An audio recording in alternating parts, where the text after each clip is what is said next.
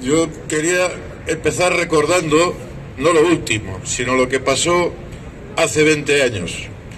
Hace 20 años, el 11 de marzo, se produjo una serie de atentados que se llevaron por delante la vida de centenares de personas. Pero es importante reflexionar sobre este acontecimiento en la distancia por lo que significaba. Porque, en primer lugar, el gobierno del señor Aznar inmediatamente se dio cuenta que el relato que habían construido de meter España en una guerra contra un pueblo sobre el cual nosotros no teníamos ningún conflicto abierto, sobre una justificación falsa, construida, como luego se vio después, no habían armas de extinción masiva. El meternos en una guerra, que también hay que decir, lo hicieron también con un guiño a la población.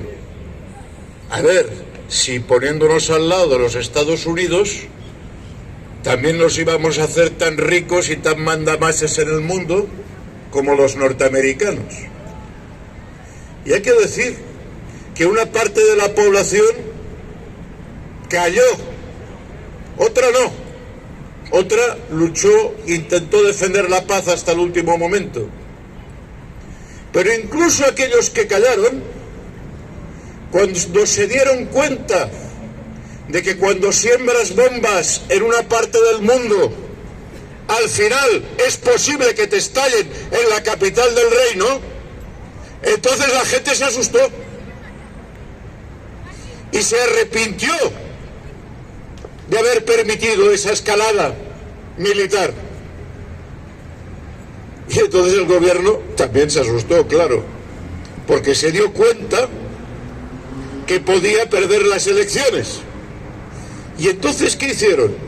Intentaron engañar a la gente. Intentaron engañar a la gente e inventarse un relato sobre que el atentado había sido el atentado de ETA, cuando ETA nunca había hecho ese tipo de atentados. Y era evidente por las pruebas que iban saliendo que eso no tenía nada que ver.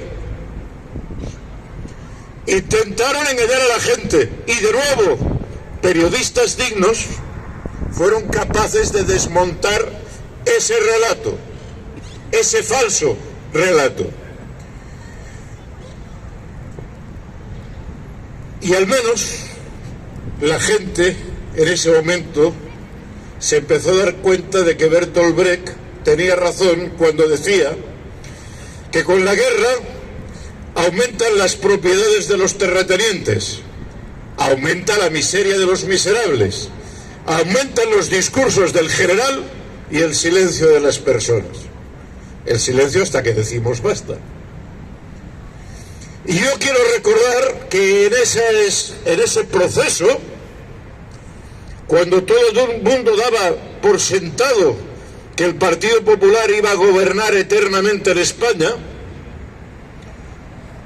hubo un candidato de la oposición, no siendo presidente, pero que el señor Zapatero, que en el Día de las Fuerzas Armadas tuvo el valor para no levantarse al paso de las unidades del ejército americano. Hubo quien dijo, ¿dónde vas? Pero mirad, aquel gesto le permitió ganar las elecciones. Aquel valor de oponerse a la corriente general de la escalada militar hace 20 años, parece que fuera ayer, permitió cerrar por un tiempo el paso al neoliberalismo en este país.